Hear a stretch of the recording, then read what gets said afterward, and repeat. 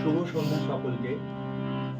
আজ বিশ্বকবি রবীন্দ্রনাথ ঠাকুরের জন্ম জয়ন্তী উদযাপন করব আমরা নৈহাটি রঙ্গসেনা এবং নৈহাটি নানহাসার যৌথ উদ্যোগে। আমরা সকলে আজ মিলিত হয়েছে এই রঙ্গকুঠিতে। আমাদের কবি প্রণাম 1432, মাফ করবেন, আমাদের আজ কবি প্রণাম 1433 উদযাপন করব আমরা সকলে মিলে। প্রথমেই আমরা উদ্বোধনী সঙ্গীতের মাধ্যমে আজকের এই অনুষ্ঠান শুরু করছি। আজকের উদ্বোধনী সঙ্গীত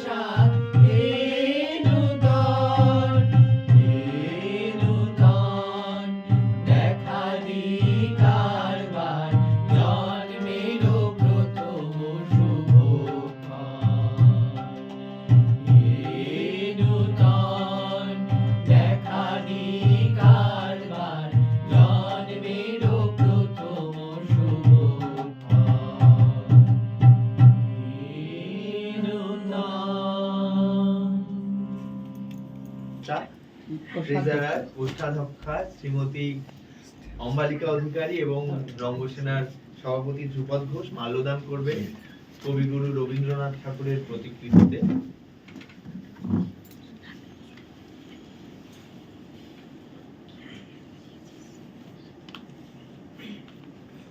এটা একটু বেশি লাইট দিই তো ওইদিকে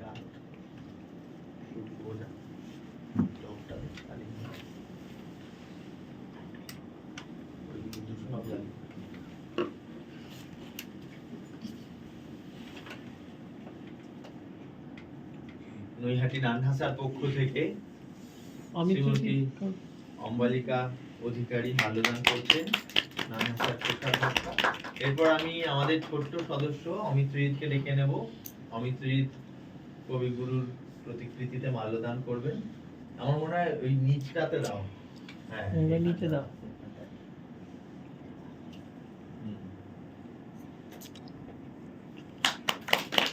আর কি করবে? ওই কালচার। এরপর আমরা মাল্যদান হয়ে যাওয়ার পর নিচে দে নাটকের দিকে চলে যাবে। একটু এদিকে সপ্তর্ষি চলে আয়। প্রাপ্তি দিবে।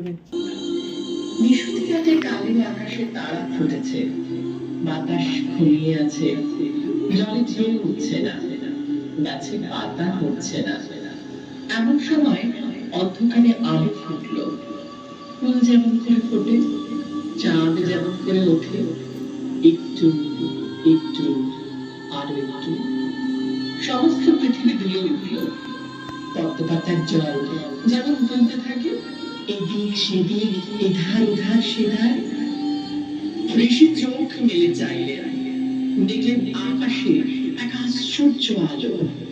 চাঁদের আলো নয়, সূর্যের আলো নয়, সমস্ত আলো মিশিয়ে এক আলো আলো। এমন আলো কেউ কখনো দেখেনি। আকাশ জুড়ে কে যেন 7 রঙের ধ্বজা উড়িয়ে দেবী সোনার পালঙ্কে ঘুমিয়ে আছেন। ঘরের সামনে খোলা ছাদ, তার ওধারে বাগান, শহর, মন্দির, মঠ। আরো ওধারে অনেক দূরে হিমালয় পর্বত, সাদা বরফে ঢাকা, আর সেই পাহাড়ের ওধারে আকাশ জুড়ে আশ্চর্য এক সাদা আলো। তার মাঝে সিঁদুরের টিপের মতো সূর্য উঠছে। রাজা সূর্যদল সেই আশ্চর্য আলোর দিকে চেয়ে আছেন। এমন সময় মায়াদেবী জেগে উঠে বলছেন, মহারাজ, মহারাজ, কি চমৎকার স্বপ্নই দেখলুম মহারাজ। এতটুকু একটি শ্বেত বস্তি, দ্বিতীয়ার চাঁদের মতো বাঁকা বাঁকা দুটি কচি দাঁত, সে যেন হিমালয়ের ওপার থেকে মেঘের উপর দিয়ে আমার কোলে নেমে এলো। তারপর যে কোথায় গেল আর দেখতে পেলাম না। ব্রাহ্মণ পণ্ডিত আর একদিকে দেশ বিদেশে রাজা আর রাজপুত্র, রাজসভা ঘিরে দেশের প্রজা, তাদের ঘিরে যত দুয়ারি, মোটা রায়বেশের লাঠি আর কেবল লাল আর্মির ভিড়। অমনি দিন শেষ হলো। পাখিরা একবার কলরব করে উঠলো। আকাশে অনেক ফুলের গন্ধ, আকাশে অনেক তারার আলো ছড়িয়ে পড়লো। তার পুতুল চাঁদা ফুলে ঘেরা পৃথিবীতে যেন আরেক চাঁদ। চারিদিক আলোয় আলো হয়ে গেল, কোনোখানে আর অন্ধকার রইল না। মায়া মায়ের উপরে বুদ্ধদেব দেখা দিলেন, পৃথিবীর বুক জুড়ে বুদ্ধদেব দেখা দিলেন, যেন পদ্ম ফুলের উপর এক ফোঁটা শিশির, নির্মল সুন্দর, এতটুকু। দেখতে দেখতে লুম্বিনী বাগান লোকে লোকারণ্য হয়ে উঠল। পাত্র মিত্র উজ্জ্বল ঝিরঝির করে ঢালতে লাগলেন। দানব আশ্চর্য হয়ে দেখছে, দেব দানব মানবে মিলে সেই 7 পদ্মের মাঝখানে বুদ্ধদেবকে অভিষেক করেছেন। এমন সময় বালকের মা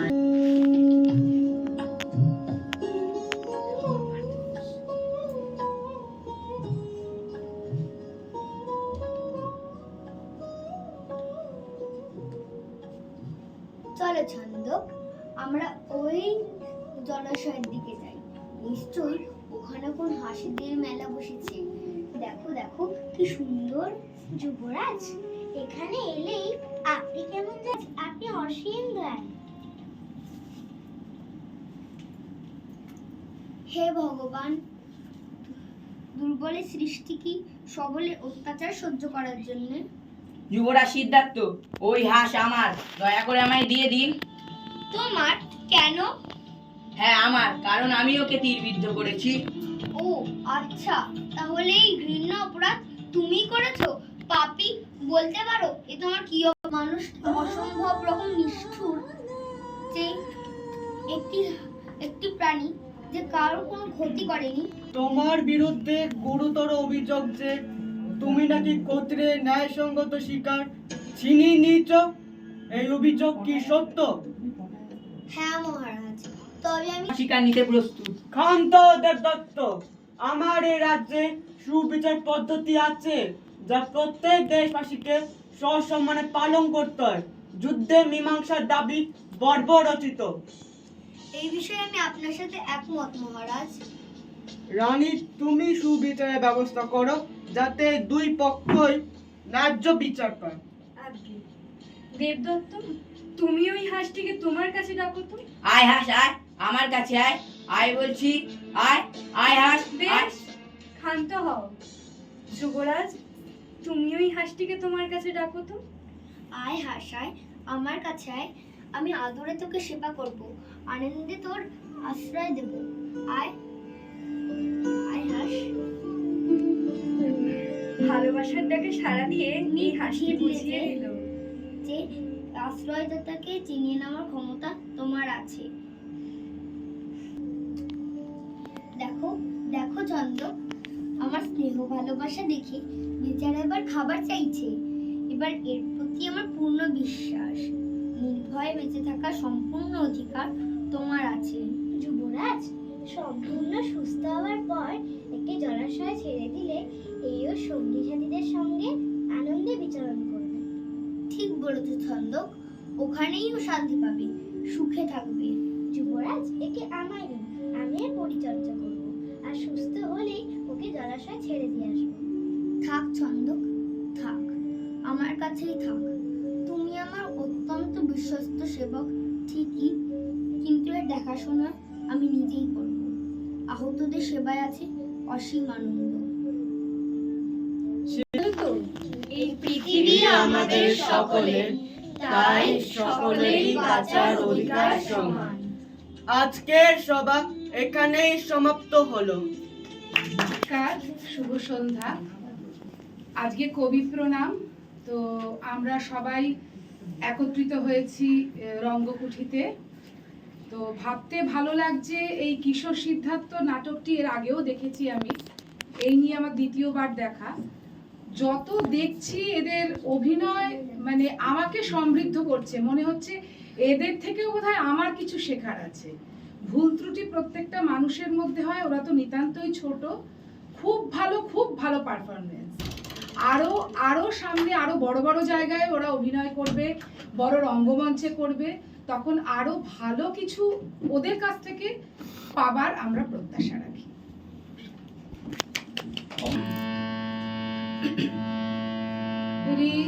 হৃদয় আমার প্রকাশ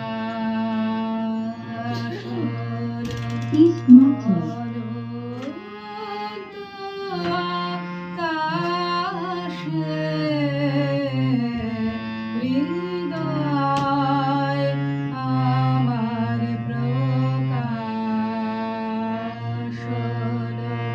বেদন বাঁশি উঠল, হৃদয়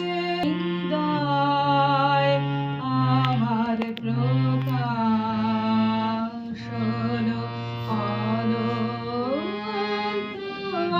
আকাশে, হৃদয় আমার প্রকাশ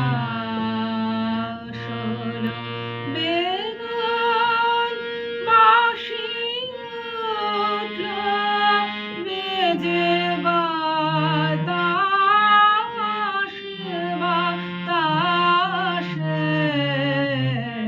হৃদয় আমার প্রকাশ।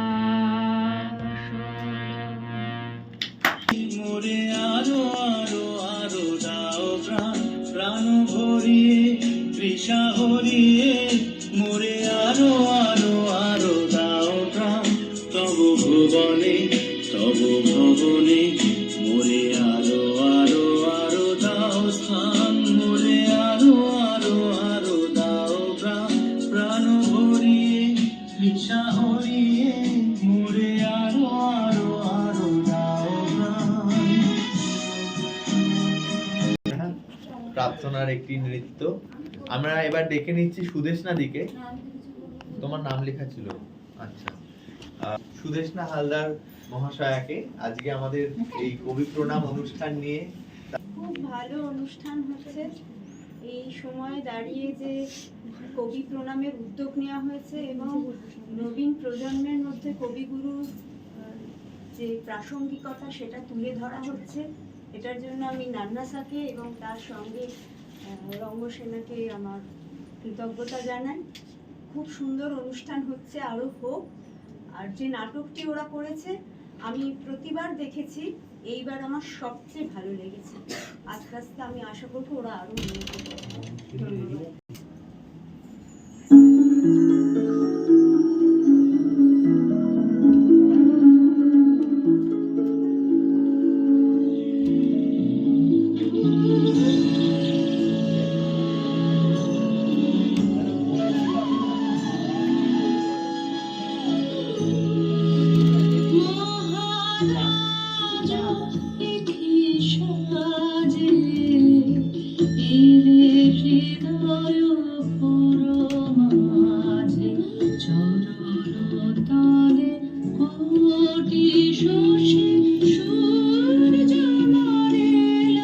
Low battery.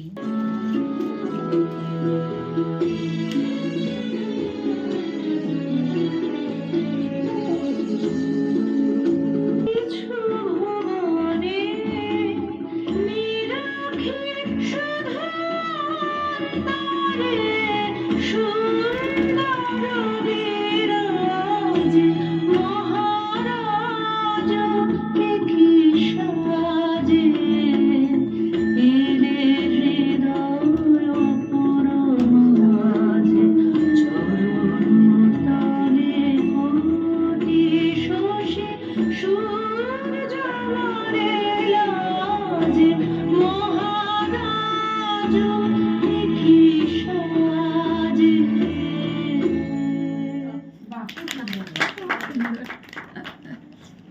আমরা সকলের মননে চিন্তনে তাকে স্মরণ করা এবং তার প্রতি শ্রদ্ধা জানানো এবং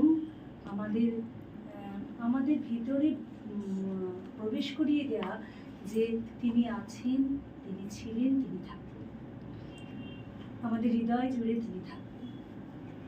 তার কথা একটু বলি। তাকে স্মরণ করা মানে হচ্ছে তার কবিতা গানেই তাকে স্মরণ করা। নববঙ্গে নবযুগের চালক, আমি নাই বা গেলাম বিলাত, নাই বা পেলাম রাজার খিলাত, যদি পরজন্মে পাইরে হতে ব্রজের রাখাল বালক, তবে নিবিয়ে দেব নিজের ঘরে সুসভ্যতার আলো। কবিতা পাঠ করেছি কিন্তু দুঃসাহস দেখিয়েছি আর কি। নিজে পড়তে আমি ভালোবাসি, তো এই ভালোবাসার সূত্র ধরে দুর্গা বীরার একটা কবিতা আমি এই রিসেন্টলি পড়ছিলাম। তো সত্যি সত্যি আমাদের প্রত্যেকের জীবনের সঙ্গে তার লেখা এই কথাগুলো রবি ঠাকুরকে নিয়ে আমাকে খুব স্পর্শ করেছে। সেটাই আমি একটু সকলের সঙ্গে ভাগ করে নিতে চাইছি। অবশ্যই। যেদিন আমি প্রথম গেছি প্রাইমারি স্কুল, দেখি তোমার গলায় মালা, পায়ের উপর ফুল। সেদিন নাকি রবি ঠাকুরের জন্ম বার্ষিক, সবার কণ্ঠে তোমার লেখা প্রার্থনা সঙ্গীত। কি দিয়ে তোমায় শুরু করি, কোথায় করি শেষ, প্রথম দেখা নীরব। খুব সুন্দর, আমরা ত্রিনাদির কাছ থেকে শুনে নিলাম। এরপর আমরা একজন ছোট সদস্য মনস্বিনী ঘোষের একটি একক নৃত্য আমরা আচ্ছা, এটা একটু